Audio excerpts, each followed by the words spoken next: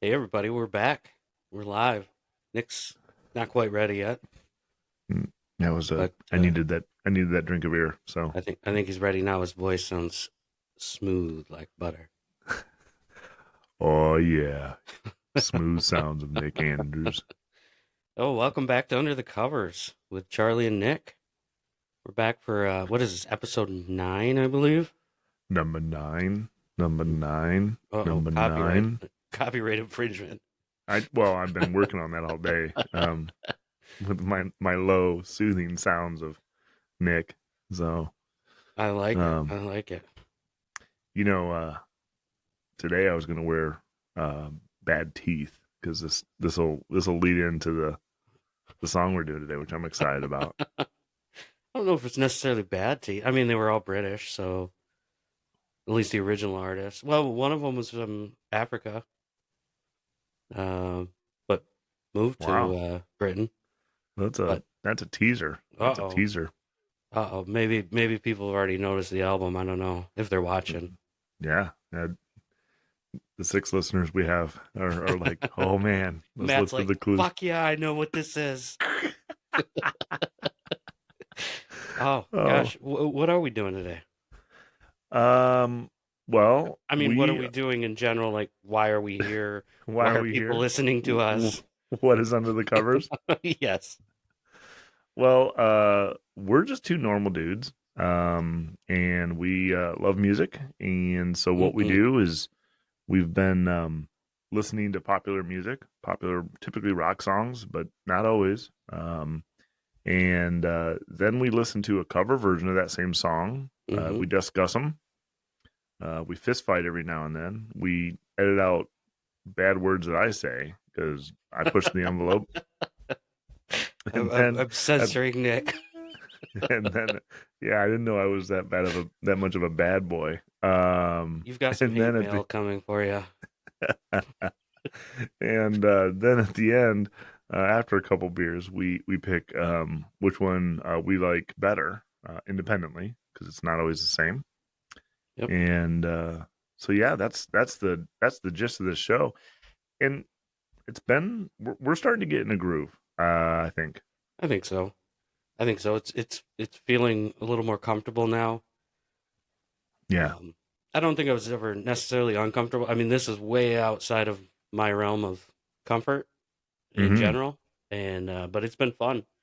Yeah. I felt great about every episode so far. Yeah. I uh, I started listening to some of our back episodes. I wasn't a subscriber to our own Son of a channel. bitch. So Sorry, Phyllis. Not really. we got one we got one more subscriber, and it happens to be me.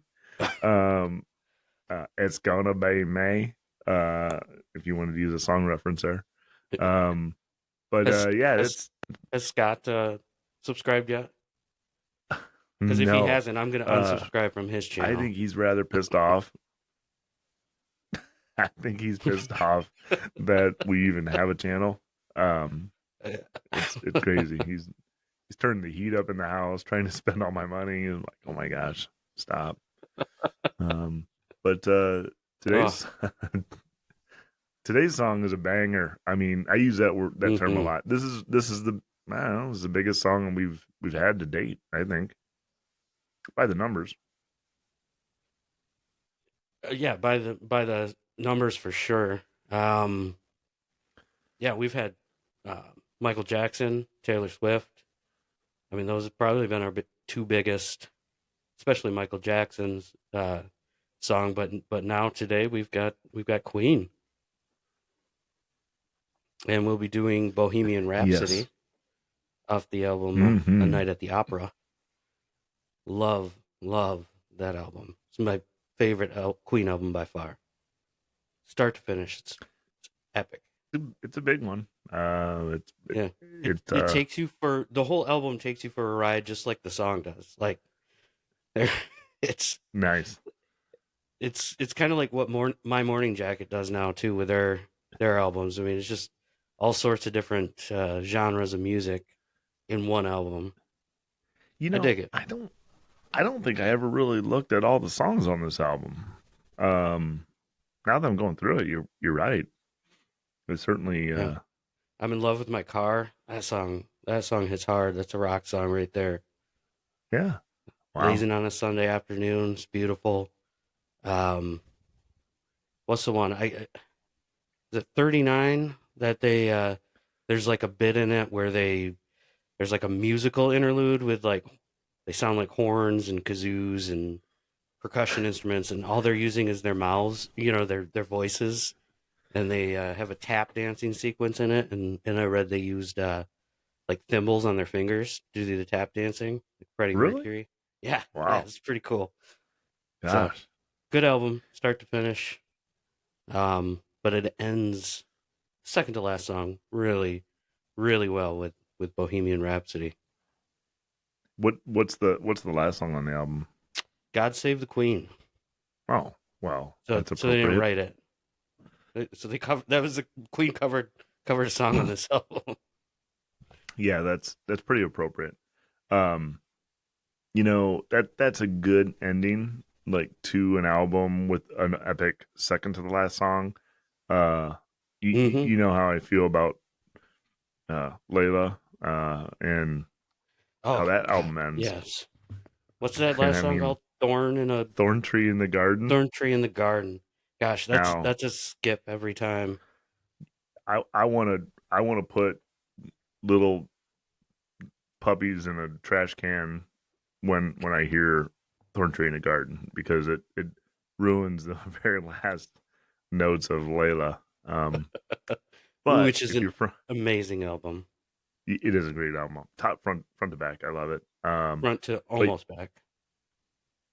yeah, except for that last bit. I mean, that gosh, those guys. Uh, but when you're from England, I guess "God Save the Queen" being the last song is pretty respectful. Yeah, So and with I your can't. the band name being Queen. Yeah. Oh yeah. Didn't put that together yet. It's been one of those What days. so as a designer yourself and an art school student, what do you think of their logo? Have you looked into that at all, or I haven't really looked into it. I mean, looked at it at I've least? looked at it. Yeah, Yeah, I think it's legit. yeah, Um, I'm- I mean they it just fits them. it does. It's funny because it's one of those things where it's so associated with them that I almost couldn't think of him without it. And you know what, Queen for a long time, I didn't know really who was the face of Queen. I mean, this is when I was a real little kid, so I just always saw the logo and was like, Mm, that's the band. Um, but obviously now that I'm older, and obviously Freddie Mercury and the movies and all this, and then what's the damn guitarist's name? I can't remember his name. Brian May. Yeah, yeah, yeah. He which he looks weird. He looks cool, man. It's still to this day he's got his long curly hair. yeah, and it turned from black to white Yeah, overnight. It felt like, even though he's probably like 90 years old. I think he's a rocket scientist or something like that. he has a doctorate, I think. Yeah, I think he Yeah. went back to school and yeah, got a PhD. But Freddie actually designed their logo. Oh, really? Yeah, and he used different symbolism in it. The phoenix for the sign of basically like everlasting life, coming back to life, rising from the dust. Nice. Um, and then he also incorporated well, the middle part is actually like a Q ribbon. It's kind Mm-hmm. of, and then there's the astrological symbols um, for each band member is in there. Like, Nah, they ripped that from Led Zeppelin. yeah, and hey, you know what? The stars were aligned for both bands. But that wasn't Led Zeppelin's astrological symbols. They just made up cool symbols and were like, "That's what we are." That's what we are. They You they know what talk we to the haven't even devil. done?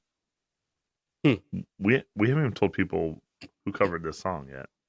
We haven't. We haven't. We've been leaving them on the edge, waiting. Some people might currently be panicking Panic at the disco. at the disco. That is the artist who covered this song. Panic And at that the we'll be disco. talking about. Yes. Yeah. And are you supposed to say their name like that? Like I don't Panic know. at the disco. It weirds me out.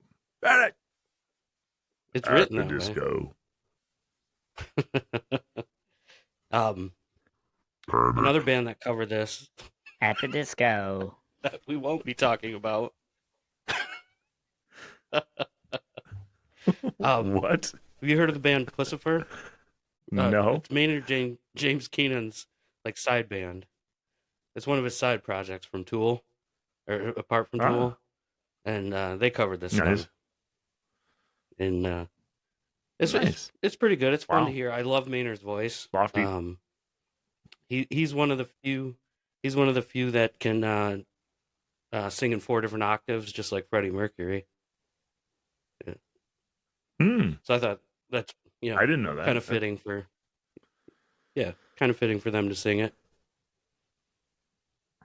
I was proud to bring Scott to his first rock concert, which was Tool, about 2 months ago or a month and a half ago, and he enjoyed it. I don't think he had any idea what he was going to get into, but it was sort of interesting. One of his friends fell asleep in the stand, like I'm talking, like straight up asleep, like out. Yeah. And, I remember talking to Scott about that. He was just kind of was half chuckling under his breath, like, yeah, I can't believe the kid fell asleep.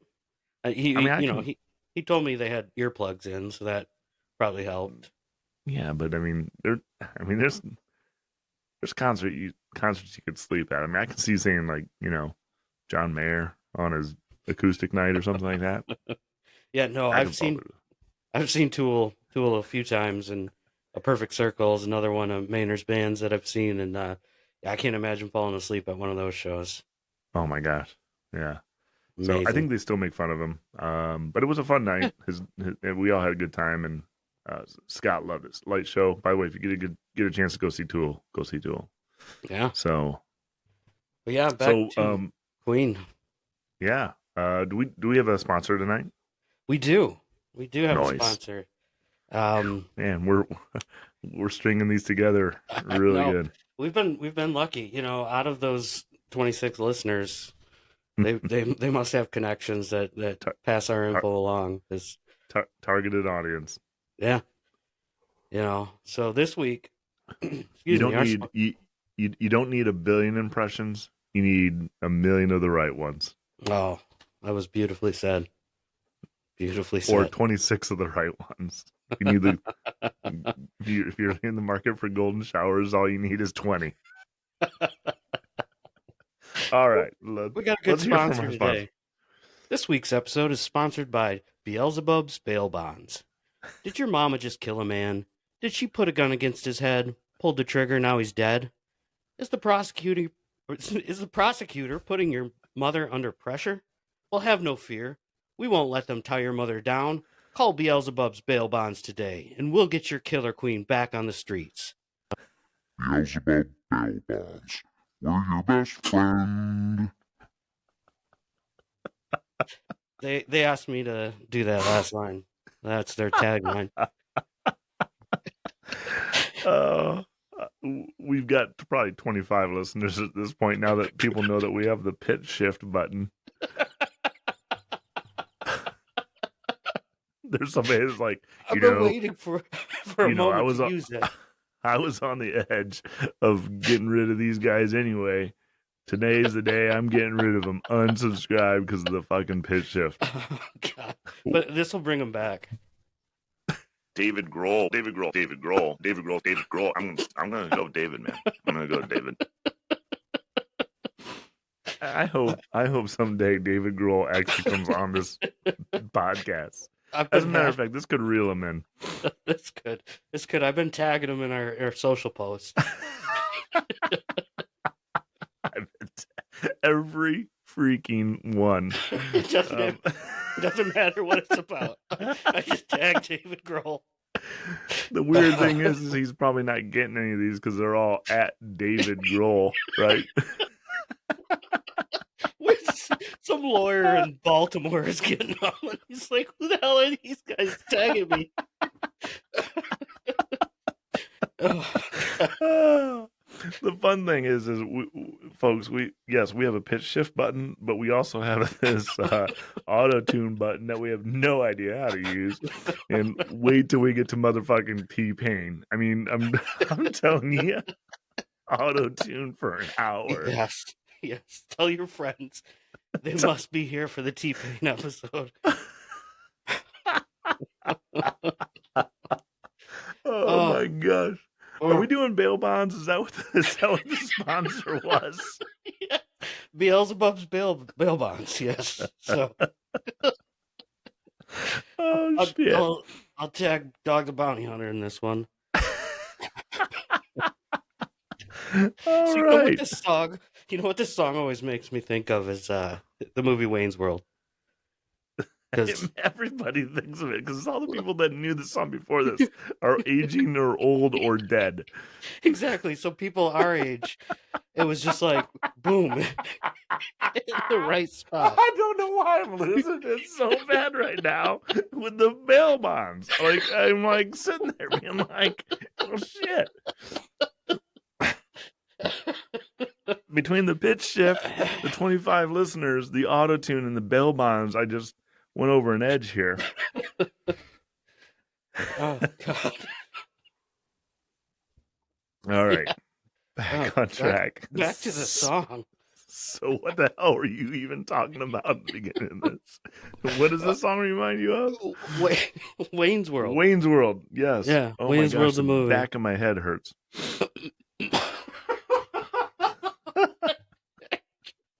Okay. Whew, gotta take a breath. So Wayne's World. yes, this was predominantly shown in Wayne's World in the car scene. You just imagine him in the car headbanging. And yes.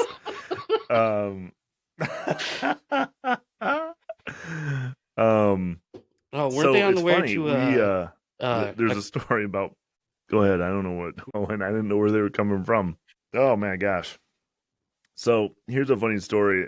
Obviously everybody knows the headbanging scene in Wayne's World, and back in college, we were at a house party, and I went to an art school, and they were listening to all this, out there artsy music, and one of our best friends, Sean, was like, "This is horrible music," and we had happened to have, for whatever reason, Bohemian Rhapsody on a burnt CD in his car. And I said, "You know what this party needs is Bohemian Rhapsody." So we go wading. He goes wading out to the car, or get out to the car. He goes wading through the crowd there. He goes right to the CD player, puts in this Bohemian Rhapsody, and this whole party stopped for like the entire song until the headbanging part. And as the headbanging part happened, everybody starts jumping up and down. And there were so many people in this living room that we literally thought the floor was going to collapse. And Sean, who's a big dude, was like, "Stop, everybody!" like trying to curtail the wave of headbanging and jumping. And that's the way people feel when they listen to that part. And you know what? I don't know if it's because of Wayne's World or if it was like that before that, because don't remember, I don't remember the song before Wayne's World. So Yeah, I don't know. I mean, it does, the way the song takes you from an a cappella start, and then it goes into like a ballad, and then that's when you hit that, you get a guitar solo, get an opera in there with the Figaros and the Mamma Mias, and then you go back into rock, and then it ends on a nice little crescendo of a ballad. yeah, It's crazy. yeah. So when they envisioned this, or when Freddie Mercury envisioned this, it was a mock opera. That's what he was trying to create here. And for those that don't know what that is, there was a rock opera, which a lot of people cite 1969's Tommy by the Who as the first rock opera. Okay.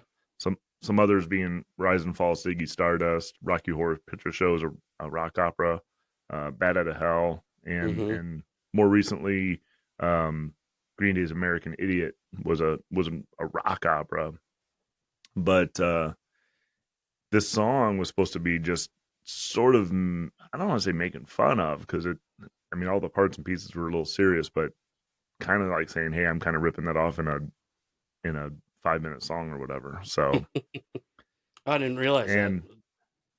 yeah, it was kind of from left field. I know that they had, complex songs before this, but this was way over the top complex. Yeah, and I heard, I don't know, should we listen to it and then we can talk about it a little more, or do you want to? Yeah, this could be a 9-hour episode for how we're losing it today, but that's good. We can go with it for sure. This might be a good spot to listen to it, and that way, our listeners can listen, and come back. There's a lot to talk about. Yeah, so I think that's a good spot to listen. Yeah. So we will put all the links to various spots so you can listen to it, since we can't play it currently, and we'll have a little musical interlude, and we'll be back soon. And this song is 5 minutes and 54 seconds. And guys, this is a big one. Has 2.3 billion listens on Spotify here. So it's been around the bush. It's a slut in and of itself. This is the most listened to song on Spotify that we've had yet. Yeah. So we're proud to be with her. So give it a spin, and we'll be back shortly. I love that you threw that in there.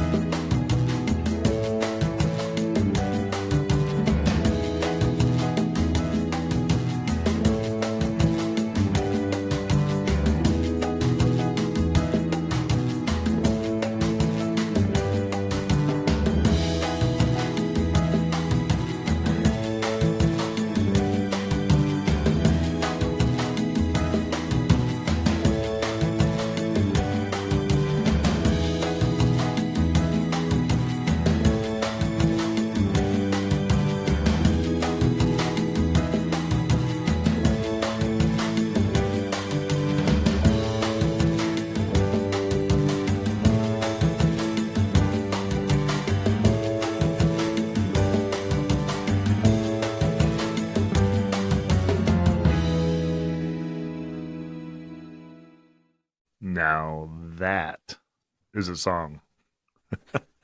That is an amazing song. Yes. Where the heck do you start? Let's talk about vocals. Okay. That's a good place to start. Yeah. It's been said, and I don't know if I can disagree, that this is the greatest rock vocal performance of all time. And not necessarily all the harmonies and all that stuff. Mm-hmm. Literally, if you just listen to Freddie Mercury's vocals, I don't know if I could think of something better.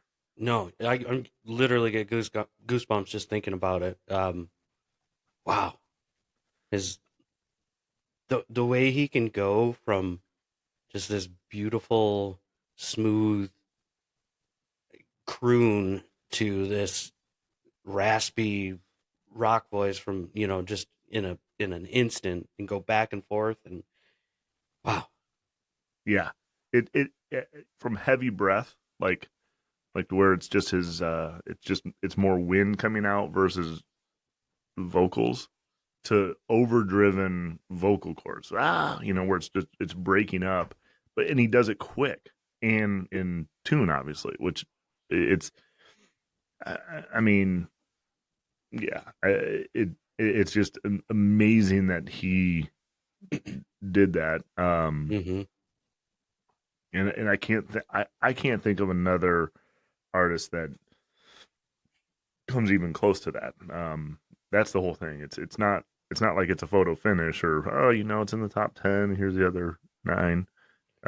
Man, it's straight up. And if you guys get a chance to listen, go on to YouTube and type in Bohemian Rhapsody isolated vocals, and it'll if you don't get goosebumps from it, then you ain't human.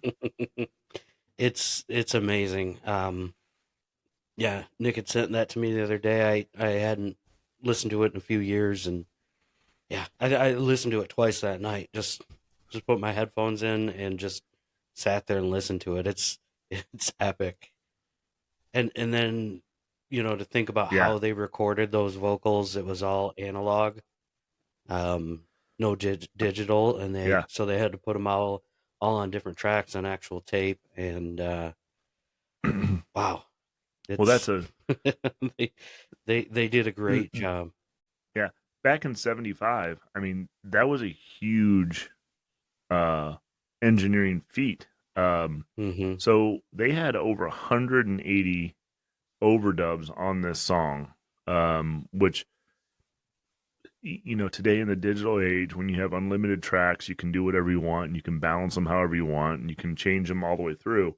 In 1975, the best machines and what they recorded this on had 24 tracks. So when they were starting to do all these harmonies and overdubs and stuff like that, they couldn't play 180 tracks. They had to narrow them down to 24. So when they did that, they had to do 24 tracks and bounce them. They use the word bounce and put them down to 2 or 1 and mix them then.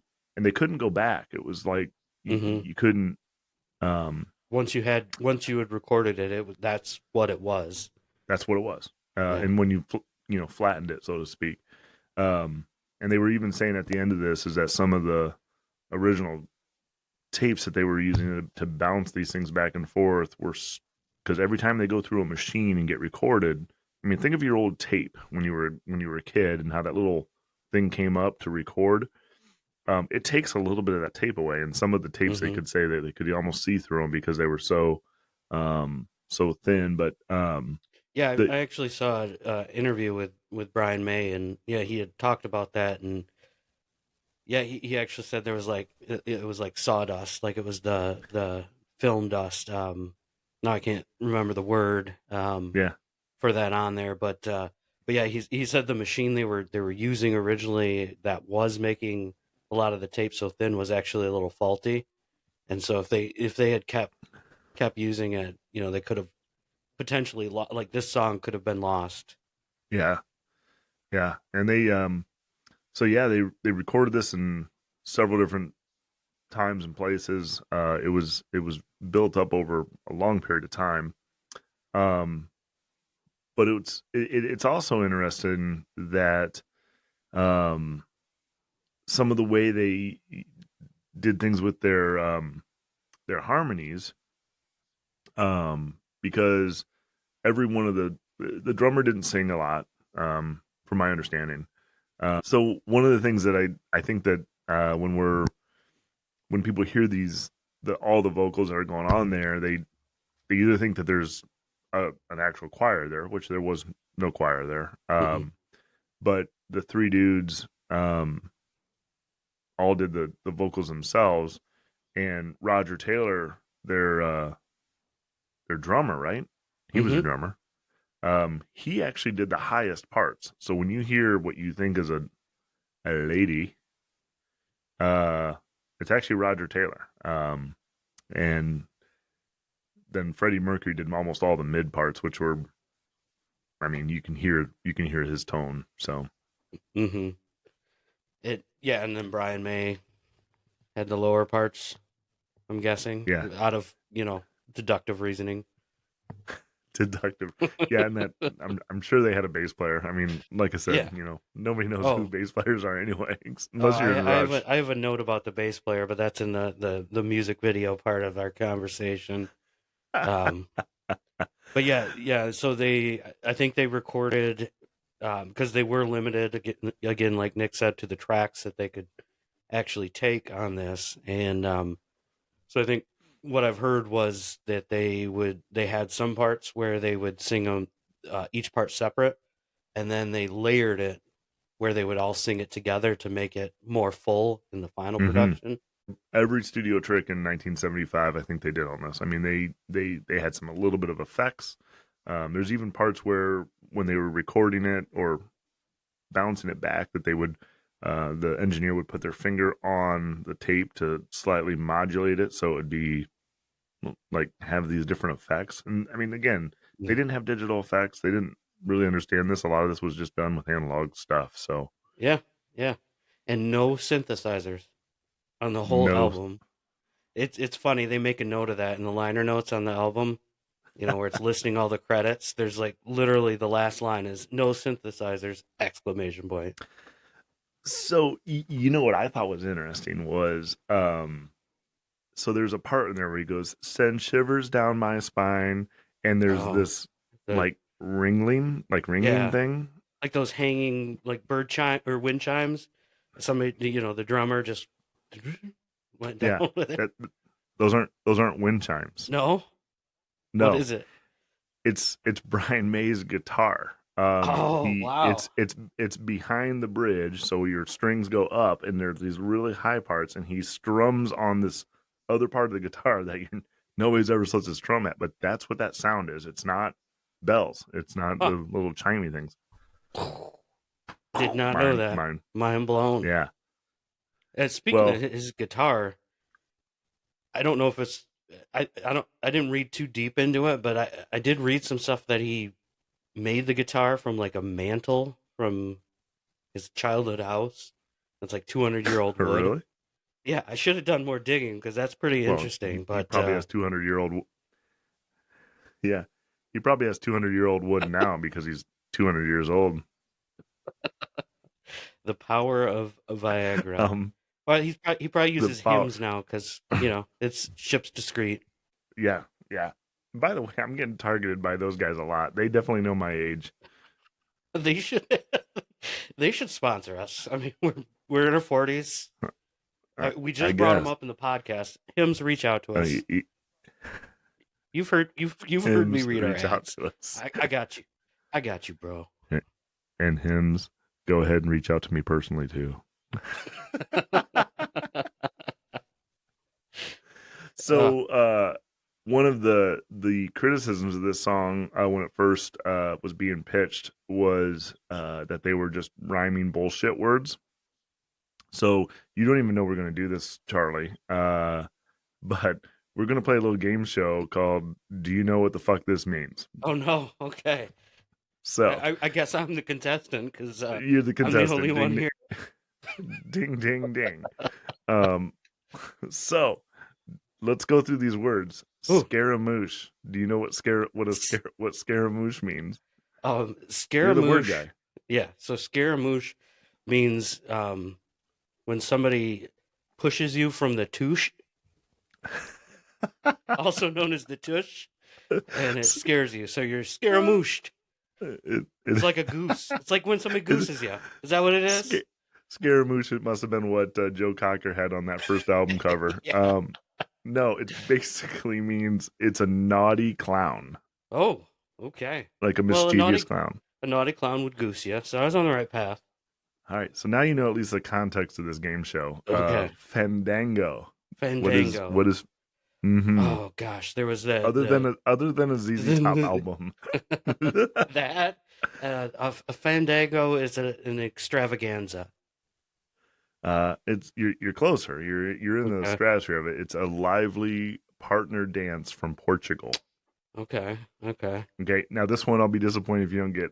Galileo Galilei. Galileo the philosopher. Yeah, I'll give you that. It's an astronomer from Italy. He did a bunch of other stuff. It was Renaissance guy, so he did like a gazillion things, right? Yeah. Figaro. Figaro is a musical term that Figaro was an Italian clown. Pretty close, but not. It's a barber who was a matchmaker in some French play. Okay. So Okay. all right, Bismillah, or whatever. I don't know. That Bismillah, no. that would be a a jailer, like somebody who puts you in jail. No. It means in the name of God. Oh gosh. Okay. And then Beelzebub. Oh well, they're our bail bond sponsor. Also known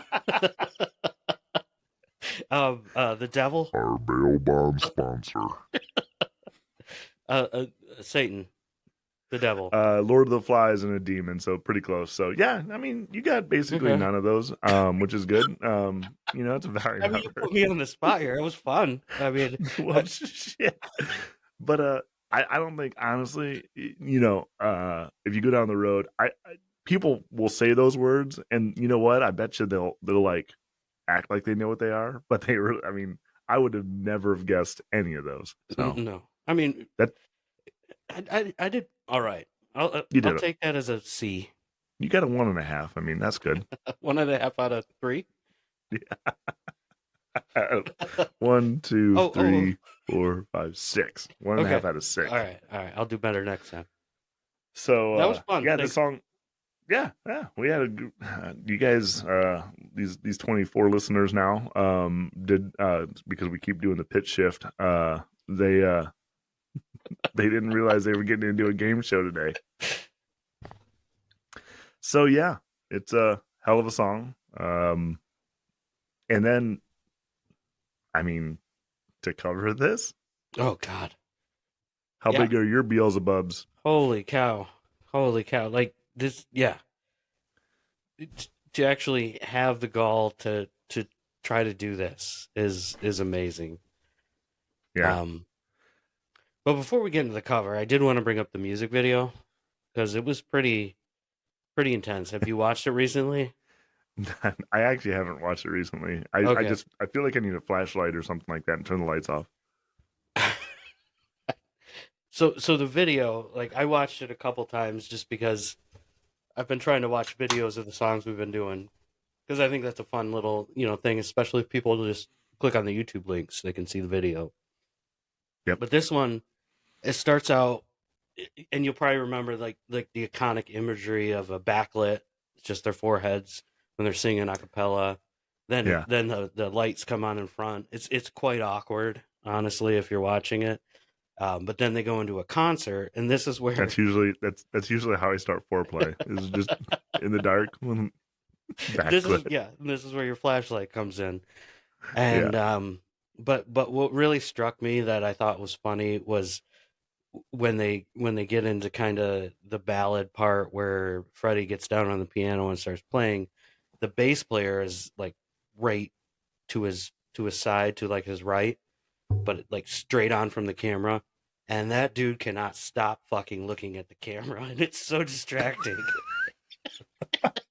It's like you could tell how hard he is trying to not look at the camera. He's like, first he's looking at it, and then he's kind of like, I kind of want to look again.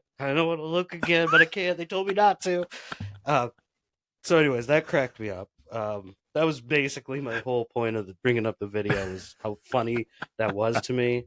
But they had some funny, crazy, weird effects for 75 with like kaleidoscope looking things with all the band members But I mean, yeah, that's cutting check out edge. the video.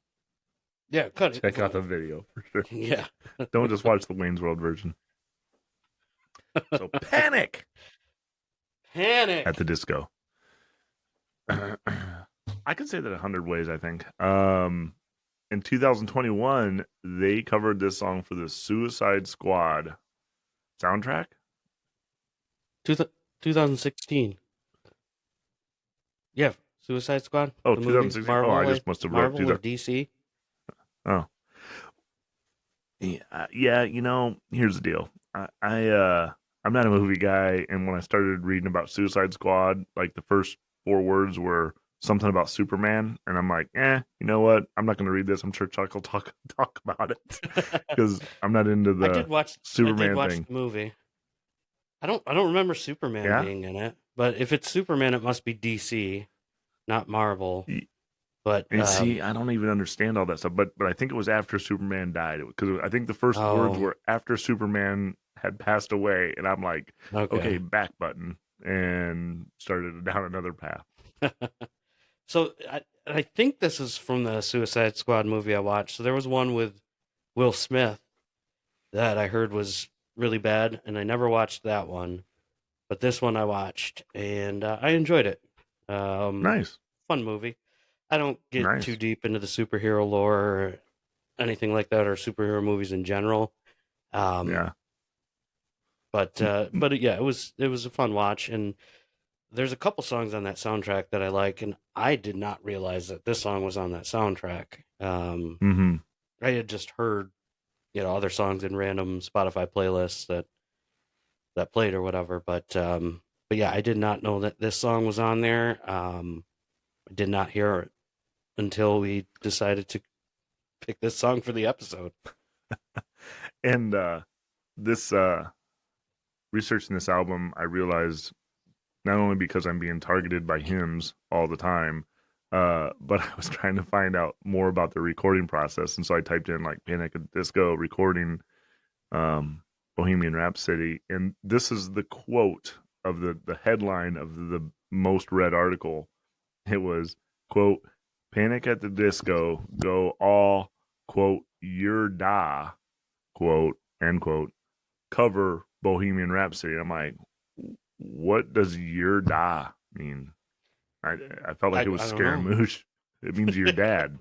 I was like, oh geez. So then I was like, well, I went and started reading this article, and this is the first sentence in the article. Like that flamboyant fucker at the party who won't put his guitar, Panic at the Disco have taken on Queen's Bohemian Rhapsody. And I'm like, dude, I gotta go back again, because like I was like, I ain't finishing this thing. I don't even know what I'm getting into. It made my brain hurt, so I stopped. But Wow, you don't read flamboyant fucker in an article very often.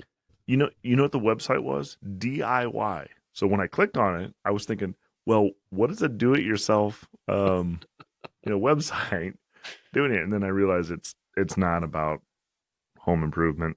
No, It's about what it's about progressive, like, things, people that say you're da and flamboyant fuckers. It Okay, was I've way never over my heard. head. I never heard your da. Um, Yeah. uh, so it's a site we probably won't link in the comments. Don't go to that site. How But I many will say this. viruses or cookies do you have now? Exactly. So after so those were my first two tries. Trying to figure out what Suicide Squad was, and then going to my home building website that was not that. Finally I found out that this Brandon Urie, who was the central figure in Panic at the Disco, dude's really talented. Plays a bunch of instruments. Got signed before they ever played a show. Wow.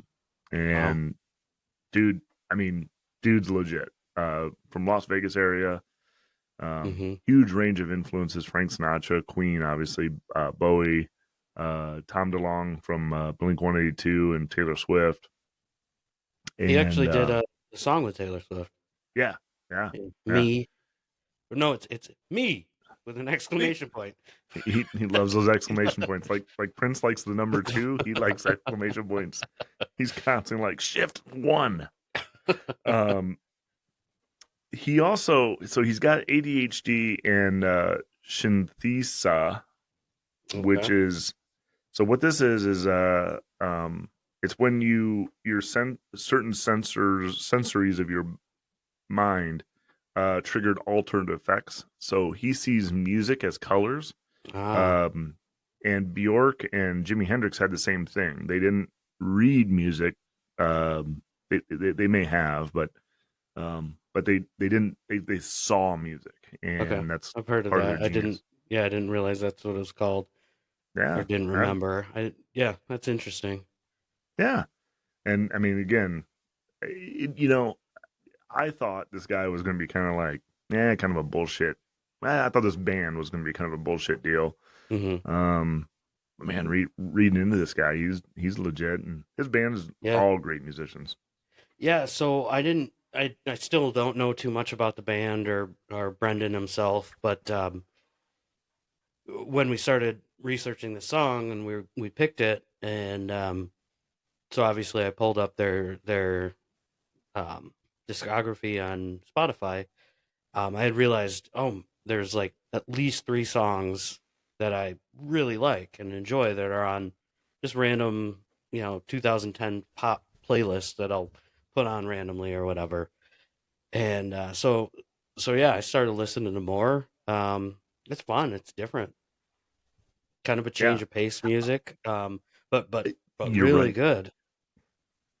I agree. Yeah, I agree that it's really a good change of pace music, and um, they're kind of all over the place. They really have a great repertoire because they pull from so many different areas, and that's what I think is cool. Hmm.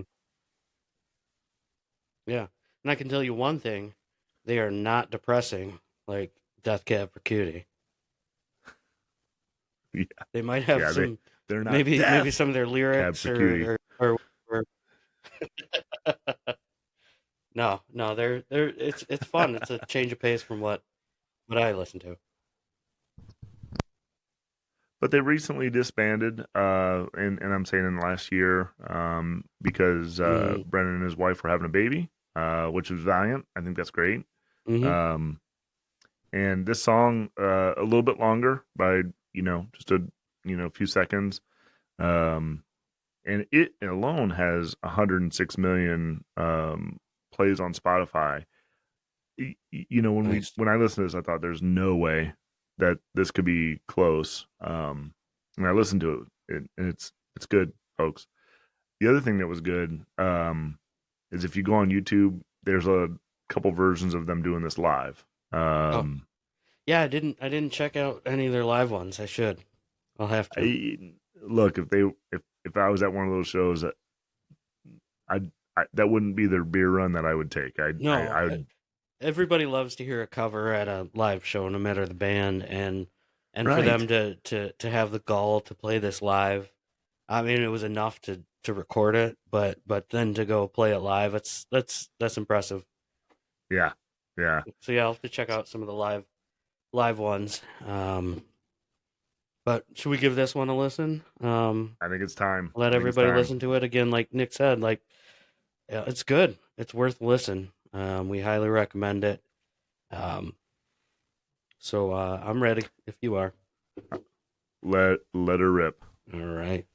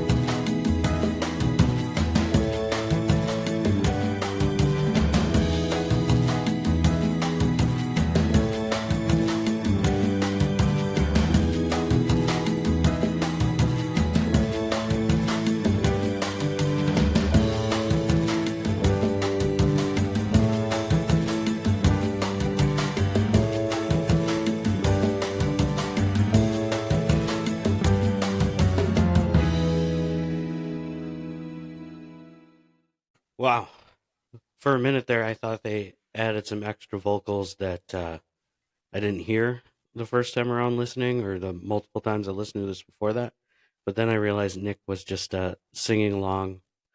I could hear. Oh yeah. All of a sudden, I heard All the Roger Taylor parts. anyway though. It was hilarious. I had to look up. I was like, "What am I hearing?" Oh yeah. Oh That yeah. made my night. That was great. It is a sing along song. It's probably Hmm. the most complicated sing along song you can have. And I tell you, man, they did a hell of a job. There's certain shortcomings that you come across. Hmm. But the addition of an orchestra, Yeah. I don't think I think that they've they boosted certain parts with that. Yeah, I was gonna. Yeah, that was one of my notes. Was that they the strings were a Mhm. nice add. I Yeah, enjoyed them. and it's needed. I mean, look, again, we were talking about Anthrax doing "Carry On My Wayward Son" or "Carry On Wayward Son" a few episodes ago, and you know they did a straight tribute to this, and you go into a studio and you're like, hey, I really love that song, so I'm going to do it. But this song is just almost an unreplicable song, so you're going to have to pull Hmm. out every stop that you got. Um, Yeah. and go ahead. Oh no, I was just gonna say it. Adding that, they had their own little flair. Like the Yeah, headbanger part. You could tell they put Panic at the Disco's touch on that part for sure. It was just a little bit of a different kind of headbanger jam to it. I don't, a little heavier sound almost. yeah, Um, but they did a great like with the vocals. Obviously, you're not gonna match Freddie Mercury and company with with the singing, but they did a great job with it. I mean, you're getting it in the different channels. For the different parts, you're hearing it in oh the yeah, left ear, right ear. yeah.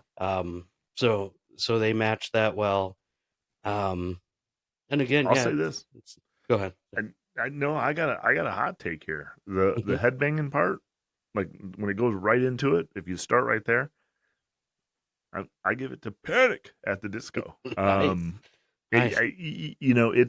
It gets me going. The other one's great. Don't get me wrong. There's nothing wrong with it. It's just, and I think that's modern equipment and making sure the layers are spot on and Hmm. um like that part. I'm like, okay, they at that part of the song, I'm like, they have a chance. I don't know what it means, but they have a chance. Hmm.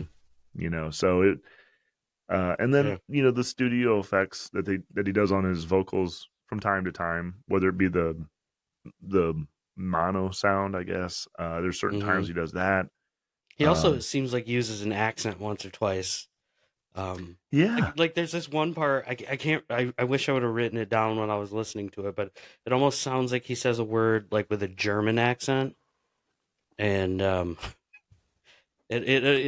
every time I hear it, I pick up on that little thing where it sounds like an accent, and it yeah, just kind of makes me chuckle. and he even does a little Michael Jackson yelp, like I mean, in the middle there. I'm not sure exactly where it is, but I hear it. I'm like, oh, that sounds like Michael Jackson. Um, yeah, again, there's nothing to fault there. If that was their song, you'd be sitting there and being like, gee, that's a hell of a song. Yeah. Yeah, and And I talked to some people, kind of gave little spoilers that we're doing this song, and they, talked to a few people, and they asked me, well, who covered it? And I said the band, and immediately, well, God, it's got to be shit, oh no, it's it not ain't shit. worth it, and it's like, yeah, just listen to the episode, and Yeah, you might change your mind. like I said, if this was their song, and we're probably transitioning over here into voting area, but Hmm. if this was their song, you'd be like, wow, this is one of the greatest modern day songs of all time. And look, I mean, Bohemian Rhapsody has stood the test of time. I mean, it went to number one when it was originally out. It went to number one after Wayne's World. It went to number one after Freddie Mercury's death. It went to number one after the 2018 movie. Hmm. Of I the mean, same look, name. yeah, I mean, it's a crazy song. Um, It's a so, masterpiece. so it is. It is. I think Yeah, so do we I want to think get to everybody kind of knows the where we're our going with voting this. phase? Yeah. Yes, I the mean, voting phase. Get the gong of decision. Is that what we call it? oh yeah, it's ready. I think I almost spilled a little of the gong of decision when I was moving over to my left side here. But I'll go first this time since you went last time. And I spilt a little gong no, of decision. Nice. I almost spilled a little gong of decision. But no, let me start out by saying that Panic at the Disco plays homage to the original song, and I truly think they do a great job with it, and it's a valiant effort. They infuse their style into the performance, and the production of the song is top notch. Um, like Nick had mentioned, they recorded this, 40 years later. Yeah, at least 40 years. I don't want to do math right now, but so there's a lot more options during production. I'm glad we chose this song, this cover version, because it did introduce me more to more of Panic at the Disco, and I think I'll definitely be listening to them more. Um, that being said, Bohemian Rhapsody is an epic and brilliant song that Queen wrote. Freddie Mercury, Brian May did a lot of the arrangements on it. Freddie Mercury wrote the lyrics. The way Freddie sings, like we discussed earlier, with him going from delicate vocals to more raspy, just an instant and going back and forth is amazing. The harmonies, the way it was recorded analog is just extremely impressive. Um, it's just inspiring, and I'm gonna go with Queen. Yeah. You know, I forgot about the gong of decision. Um, you know, Queen's my pick. I'm gonna cut to the chase there. You picked it that So early. I had to gong it, just like at the end of the song. That's the end of the episode. Bye, everybody.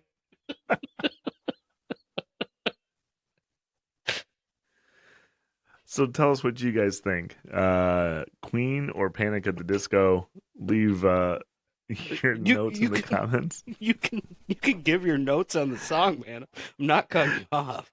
Nah, it's okay. It's all good. You said it perfectly when I think that, when we talked about doing this channel and doing these things is, we want to introduce people to new music and have good conversations about it. And this did this for me. I mean, Panic at the Disco, I will listen to more of. I actually listened to a lot of them today, just doing some work. And I think everybody should go into listening to music with this open mind. I mean, you can talk to people and say, I didn't, I didn't like it, or I don't like that band, or whatever it is. But gosh dang, listen to the songs. Listen to the, give every song a chance. Give it more than a few seconds, and appreciate what those artists are trying to do. So I'm thankful that we went through this, and it's there's not a knock here on either band or Panic. As a matter of fact, it's probably a net gain. So let us know what you guys think, and put some of your favorite Panic at the Disco songs in the comments, and let us know what you think. And we appreciate everybody tuning in and all the feedback. Yes, thank you. Thank you to everybody who's listening, giving us feedback, comments. We love it. We love it. We love doing this. Yeah, absolutely. Well, until next time, we'll talk to you soon. Over and out. We over and out.